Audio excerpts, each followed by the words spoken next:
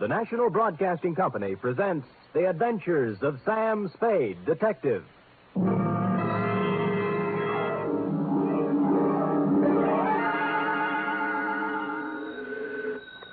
Sam Spade Detective Agency. Miss Perrine? Who did you think it was, Sam? Mata Hari? You don't know what a hot guess that is, Cherub. Really, Sam? Mm-hmm. You think I'm the femme fatale type? In a black velvet gown with a veil? What chance would I have? Sam, you've given me new heart. Deservedly so, Wonder Girl. And in femme fatale, you have hit upon what might be called the keynote of the saga, which even now I am itching to tell you. A saga? More, a tale, Effie, well calculated to keep you in... Oh, no, we better put that another way. But while I mull a subtitle for this Oriental tapestry, find yourself a copy of something by Eric Ambler or E. Phillips Oppenheim and bone up on the ground rules of international intrigue. Ooh, international?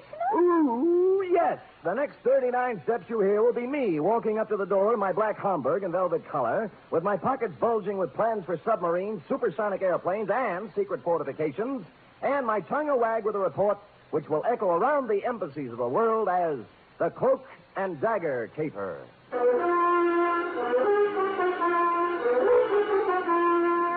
For NBC, William Spear, radio's outstanding producer-director of mystery and crime drama, brings you the greatest private detective of them all in The Adventures of Sam Spade. Sam? Who else? Sam, I thought you were kidding. About what? The black Homburg and velvet-colored overcoat. Yeah. But underneath the overcoat, Same old Sam. with the same old suit and the same old shreds. Who did it this time? Thereby hangs the tale. Huh? It's hanging out the back of your trousers, Sam. What? Your shirt tail. Well, better keep the coat on. Jawaharlal won't mind. Who? Jawaharlal Barra. It's his coat. We'll go into that right now. You ready? Yes, sir. To Jawaharlal Barra. K-A-W-A-R-H-A-L-B-H-A-R-A, Well, speaking. From Samuel Spade, license number 127596. Subject? The Cloak and Dagger caper. Dear Jawaharlal. I'd been out Friday night until 4 a.m. watching wedding presents. So when Saturday turned up rainy, I did the mad, impulsive thing and decided to stay home. I plugged the phone, built a fire and a tall drink, invited Freddie, the neighbor's cat, in for a short milk, put my feet up and my head down, and reached for a magazine. A picture of peace, Jawaharlal. Freddie lay on the coffee table, purred, and busied himself spinning the hand-rubbed Lazy Susan my unpredictable Aunt Adelaide gave me for Christmas. The magazine turned out to be Time, with a picture of an austere Asiatic gentleman on the cover.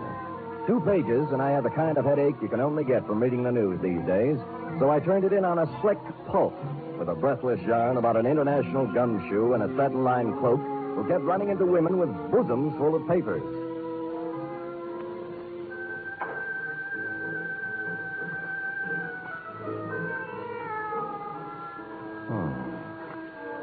She gazed up at him, her eyes smoldering, heavy-lidded. You, she faltered. You are Sheridan Ballard. Mr. G, too? He nodded. Her knife made a glistening arc, stopping as his hand met her wrist, gripping it like a vise.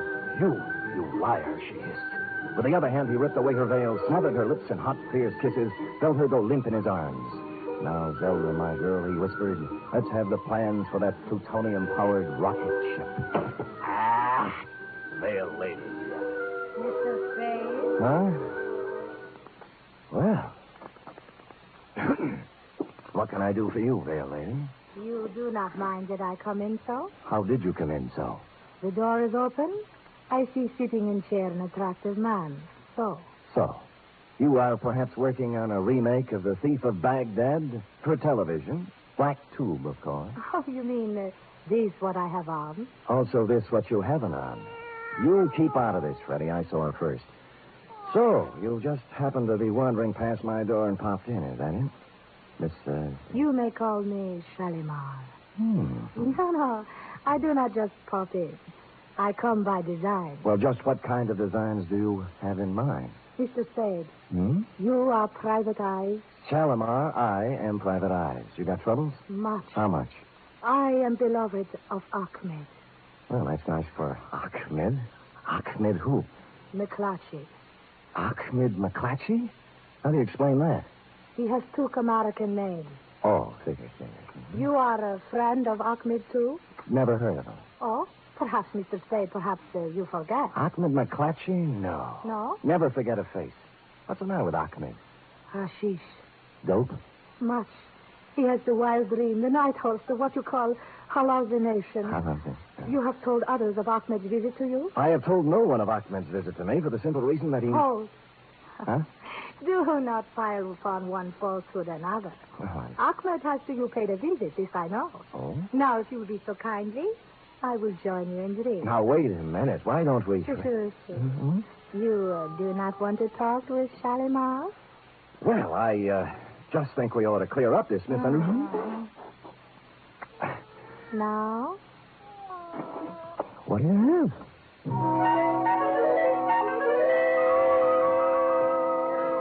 Had I been the Sultan and she Scheherazade, the book would have gone on for 20 more volumes. It was all there, the veil below the eyes, the jackets and long satin pants, plus a superabundance of what sultans look for when they are employing a harem.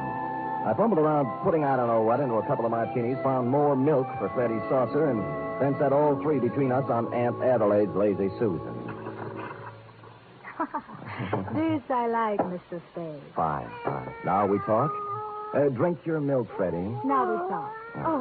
You have match? My purse. Oh, I'll get it for you. Oh, move now. You're almost stepping on it. Oh, so clumsy. The lipsticks are on the chair. Yeah, I see it. There we are. There. Thank you. Okay. Now, the light? Got it. Now, Mr. Spade, before we talk of Ahmed, let us drink to him, huh? Right. To Ahmed? To Ahmed. Oh, what's the matter, Freddie? Oh. What? Yeah, look, the note's on the wrong side. He did it again. Did what? Well, he likes to spin the Lazy Susan. Lazy Susan? What did he do? Now, take it easy, honey. The thing spins. See, you got my drink, I got yours, and Freddie got left out. No. Oh, no. Dagger. Look, baby, please, don't go off the deep end. Take it easy. What's the matter with you? Huh? Shalimar. Oh, Shalimar, baby. Come out of it now, will you? Where's the glass? Oh. Cyanate.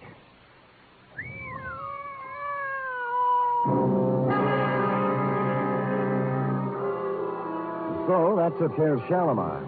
The purse had nothing except the usual feminine claptrap, hairpins, makeup, and cigarettes. No keys, no identification, nothing except for a locket around her neck, which was something you don't run into every day. A strange hand-wrought disc-shaped thing with what looked like the face of a clock on it. 12 Arabic symbols where the hour should be, and a pair of hands pointing to 4. In some Jawaharlal, it was the sort of thing Sheridan Ballard, the man called G2, yawns over, which struck Humdrum me as a little bit out of the ordinary. It struck Lieutenant Dundee of Homicide the same way. Look at me, Sam. Look into my eyes. Dundee, I didn't know you cared. Well, no, I am not an idiot, Sam. Well, I've been in this business for 25 years. Mm-hmm. I've looked at a lot of stiffs in my lifetime, Yes? but this is the first hoochie-coochie girl in my book who ever walked in out of the rain and tried to poison a total stranger. Well said, Dundee. Here. So, use your head, Sam. Where have you seen her before? I told you I don't know her, Dundee. Then why did she try to kill you? Ask her. This whole thing's impossible. Harem costume, poison, Shalimar. Fantastic. I know. I'm sorry. All right, get out of here. The print man, the ME, and the photographers will be here in a minute, and you'll only get in the way. Where'll I go? Anywhere. Find out who this dame is. Who's going to pay my fee? Well, scram. Bidding farewell to the gentle lieutenant, I took off into the rain, bound I knew not where. I bought a paper and settled down in a one-armed coffee joint, drank 3 cups of coffee, and came up with 3 leads. First, the ballet master at the Opera House. Scheherazade, we are not doing till 3 weeks yet. The costumes are all packed up still, and I am missing no ballerinas. Now again, golden apple princesses. 1 and 2, and 1 and 2.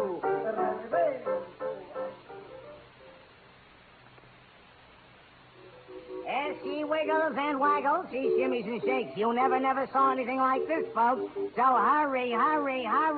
Direct from a Turkish harem, little Fatima, the girl with the double-jointed... Jack. Yeah, Jack? You sure she's in there, Jack? Wait a minute, Jack. Yeah, she's in there, man. Thanks, man. All right, folks, step in a little closer. She shakes, she twists. Sorry, bud. Can't help you a bit. This here Turkish bat is 100% tagged. Homeward bound, I was walking down Grant Avenue when I passed a little shop near Pine Street. Gold lettering on one corner of the window spelled out, Hatchadurian J. Pappas, importer, curios. How do you do, sir? Hatchadurian J. Pappas? You get the pleasure. What's the J for? Never mind, kiddo. You can pronounce it. I accept your apology. Now, will you take a look at this? Huh? Oh, lucky. Huh? Uh-huh. Yes, lucky it is. Where do you get this lucky, sir? I found it. I thought you might recognize it. Hey, I think I do. Good. You know, strange you should have come here. And yet not so strange either, if you want to look on it. Well, which is it? Sure. I'm perhaps the only fella in town who might have dealt in this kind of stuff here. He's quite genuine. Oh, you mean you sold this? Probably. Sure. Who to? I'm trying to remember. A girl? A girl. Or was it a fella? A young fella? Or old fella? Well, that leaves only one more category. Huh? An old woman. Oh, you know her then? No, I don't know her, no. You know, I wish I could remember to whom I sold it to. Yes. It's been such a long time, you know. Of course, I can look it up and call you, Sport. Good. Here's my card. Oh, Sam Sport. Well, if you want to look at it. You said it's genuine, huh? Oh, sure. Secret Society medallion. 16th century. It's from the Indian state of Kashmir. Kashmir? Sure, kiddo. Kashmir. What's the matter with you? Don't you understand English?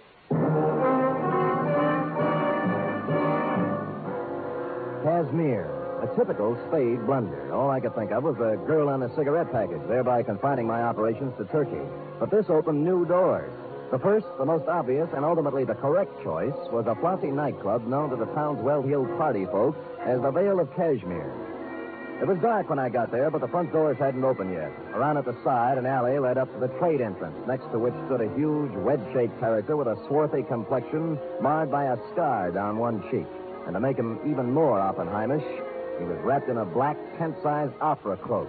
I nodded politely, he spat, and I went inside. The Vale of Kashmir is a sumptuous bistro even on ordinary nights, and this night was obviously to be more than ordinary. The table across the end of the floor was banquet size. The place was hung with Kashmiri flags, and the picture of an old man who looked familiar was hung from the middle of one wall. The maitre d' was talking to an important-looking gent near the long table, and I walked over to them, pausing only to note one of the dancing girls practicing in a corner in her Shalimar-type costume. Felt like I was close to home. And the curry, you understand? Not too hot, yes, Excellency. It shall be as you wish. The florist will be here promptly with the flowers. I trust you will be prepared to take care of it. Excuse me, gentlemen. My name is Spade. Rajputsin, sir, at your service. Please, Mr. Spade, we have... No, not at all, my good man. What is it, Mr. Spade? Are you in charge here? I am the head waiter, sir. This gentleman is the Kashmiri proconsul. Oh, forgive me, Your Excellency, but... Yeah, sorry. Not at all. Do you have a dancing girl here named Shalimar? Shalimar? No, what? Probably use another name. How about Ahmed? McClatchy. Right, where is he? A former employee as of this afternoon is Ahmed McClatchy. Who is he? My chef. Today, of all times, he does not show up. You know where he lives? Oh, I can look it up, but... Please, sir, the proconsul and I, the banquet tonight, the arrangements, the Prime Minister himself. Sure. Just one more thing. A proconsul. Have you ever seen one of these before? What is it? A secret society medallion, they tell me. Who tells you this? Hatchadurian Pappas runs a little curio store on Grant Avenue. Know anything about it? Secret society is right. The circle of 12. You see here? The hands point to 4. Yes, the fourth member, this means. The hand straight up is the leader. You seem to know what you are talking about, head waiter. Kashmiri culture is a hobby of mine, Excellency. This is an ancient, subversive organization dating from the time of the Mughal conquest of the 16th century. Very interesting, but of little significance now. The Circle of 12 has been dead for 3 centuries. If you will excuse me, Excellency, I'll get for Mr. Spade Ahmed's address, and then I will... Hold it. Ahmed!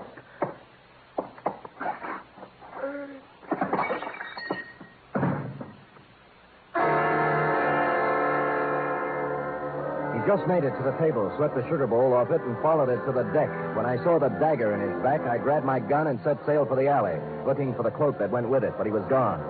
So was Ahmed. I bent down over him, took a closer look, and saw why he spilled the sugar. With his finger, he traced a design in it, a round design, the Circle of 12.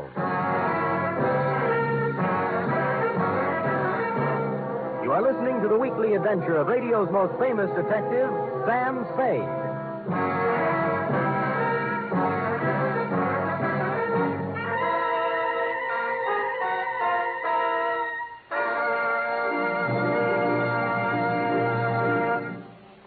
There's a bright newcomer to your NBC Sunday lineup starting this Sunday.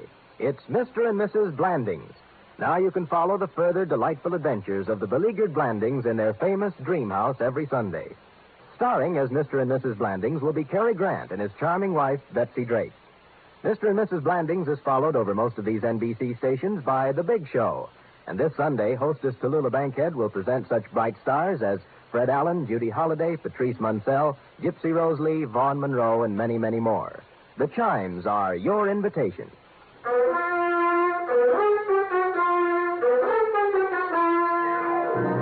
And now back to the Cloak and Dagger caper, tonight's adventure with Sam Spade.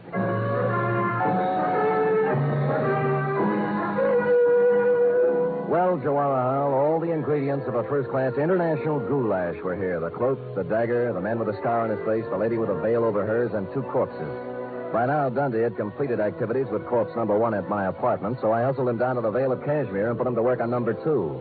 Then I hustled back to my office. The big question had yet to be answered. Now, another. Oh, Sam. You always have your phone. I've been trying to call you for hours. About Ahmed McClatchy, right? And the girl with the veil. Shalimar.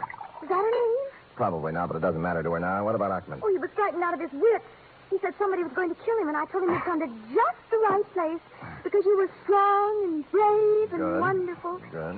And he cried. Good. And I cried. Good. But wait. Hold it, F. Yes, Sam? What happened when all the crying was over? Well, I sent him up to see you, Sam. I couldn't He call. just told you somebody was going to kill him, that's all? Yes, Sam.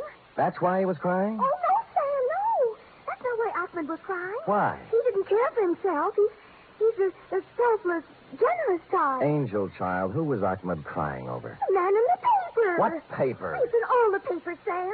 The Chronicle and the Examiner and the Call and even on the cover of Time this week. You see? The banquet. That's whose picture it was. Sir Jawahar Bara, the Prime Minister of Kashmir. Look at the small print underneath, Sam. On him, the hopes of Asia. You see, that's what hurt Ahmed, Sam. Not for himself. He said they're going to kill Sir Jawahar.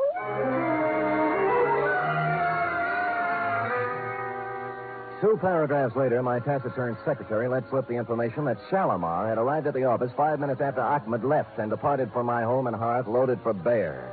The hullabaloo over you, Jawahar, was due to the fact that you were at this moment arriving on the steamer Pacifica, en route to Washington with, as the article put it, the destiny of the Middle East in your briefcase. 10 minutes later, I was fighting my way through the mob at Pier 42. Not just a mob, mind you, but an assortment of bands, a Hindu delegation, the full membership of the Sanskrit Society at the University of California with a huge banner reading, Jawahar, we're with you, and an overripe soprano on a pedestal singing, Pale Hands I Love. I struggled through this to the curb just in time to see you pull away in your special limousine, then climbed over some more backs to a phone booth. Pale hands I love you. I'm Shalimar. Kashmiri Consulate.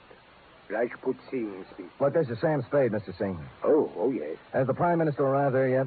He's due any minute. Why? Well, you better call out the guard. They're going to try to assassinate him tonight. My good man, do you realize My good man, I know whereof I speak.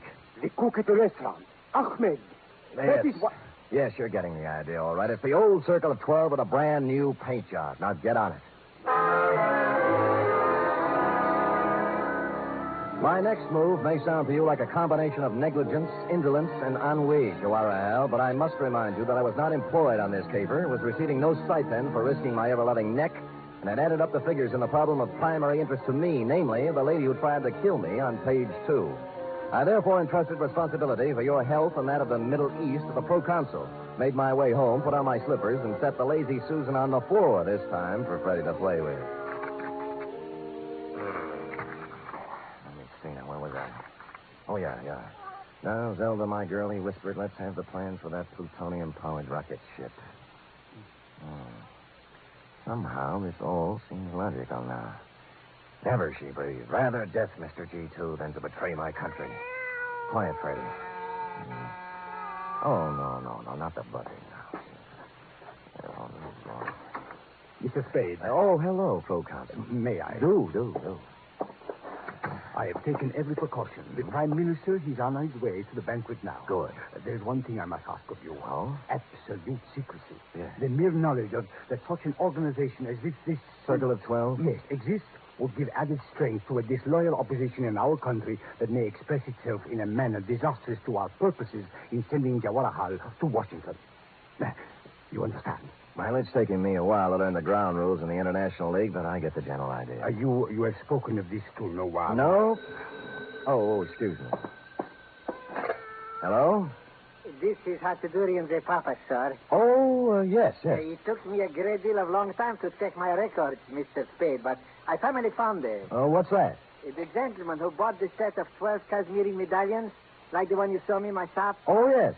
His name is Rajput Singh, a foreigner fella, I think. He's the Kashmiri proconsul here. Oh, well, gosh, thanks, Dorothy. This is Hatudurian the Papa, sir. I found it just now. Look, Dorothy, after all you've done for Alice, the least she could do is thank you. And you can tell her that from me. Now, bye, honey. So long, kiddo. Silly kid. Silly. Let's see now, where were we? You had just given me your assurance you would maintain strictest secrecy in this unfortunate matter. Oh, yes. Now I must go. They're expecting me at the banquet there. Thank you again, sir. Not at all. Your service to our country and the world will find expression, I hope, on some later day. Good night. Good night. Freddie, please, not now. Put down the phone. Well, Cloak and Dagger in the flesh. Going modern on me with that gun, eh? Put down the phone. What if I told you I'd already made the call? I'd say you were lying. The line is tapped outside. You figure the angles, Hefty. In my business, I have to. When's it coming off? For the Prime Minister, any minute. For you, right now. Oh. He's got you fooled, too, huh? They're right there. Who? Rajput. You're a fall guy, you know, doing the heavy stuff. If it kicks back, you get it, and the other 10 laugh. You think you could talk me out of it, huh? Why, that's the last thing in my mind. I'd never...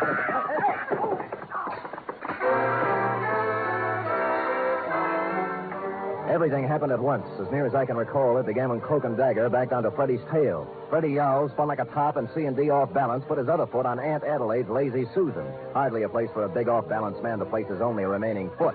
About then, I kicked him in the stomach, grabbed at the gun, which skidded into a corner, and we went over and over for a while. C&D tore at my suit with his claws and teeth. I beat his head with an ashtray, and Freddie sat quietly in the corner and washed himself. At length, tiring of the ashtray, I beat his head on the radiator. And dear Cloak and Dagger gave it up with a long, unhappy sigh.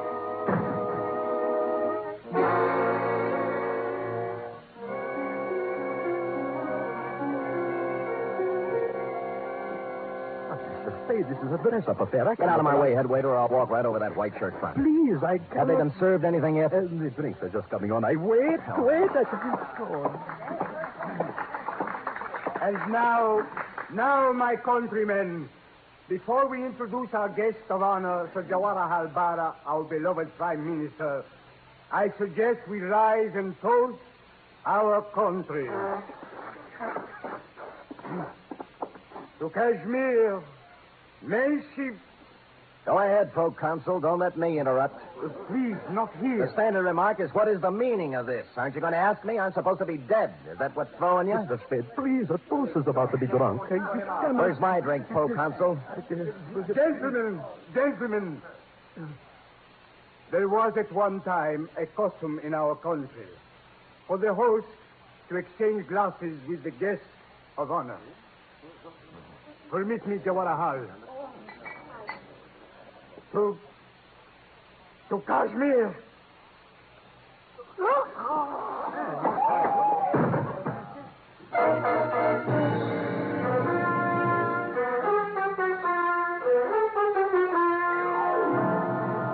And the moral of this story, if there is one, is when danger threatens, don't hire a bodyguard. Buy a cat and a lazy Susan. Period. End of report. Oh, Sam. Why do people do these things? Oh, we all have different loyalties, Ep, different ideas about duty. Yes? My duty, for instance, is to pick up a knot in my head and a suit full of holes once a week, while your duty You don't is need to draw a diagram, Sam. I can take a hint. Scoot?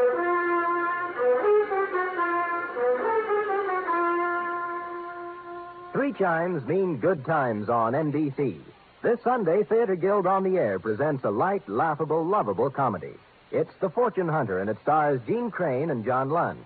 You're invited Sunday to another outstanding one-hour production by Theater Guild on the Air.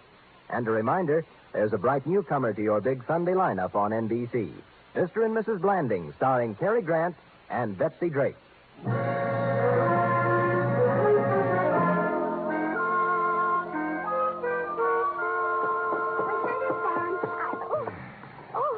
What are you reading? How can I do this? Something wrong? Wrong, the papers. The plutonium-powered rocket ship? What else? A dumper if I ever read one, F. The plans turned out sour. Oh, what were they? The Vale lady had entered a breakfast cereal contest.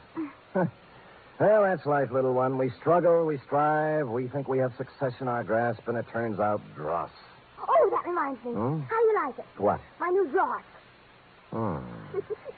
And that concludes the dialogue for tonight. Except for one thing, of course. Oh, I'm ready, Sam. Who wants to be the man called X? He has a different one every week. I am the man called Spade. Constant, faithful, semper fidelis. That's me. Good night, Mr. Fidelis. Good night, sweetheart.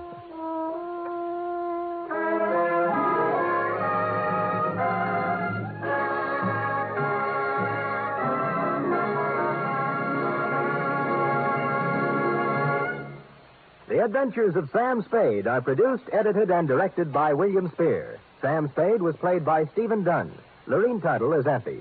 Script for tonight's adventure by Harold Swanton. Musical scoring by Lud Gluskin, conducted by Robert Armbruster.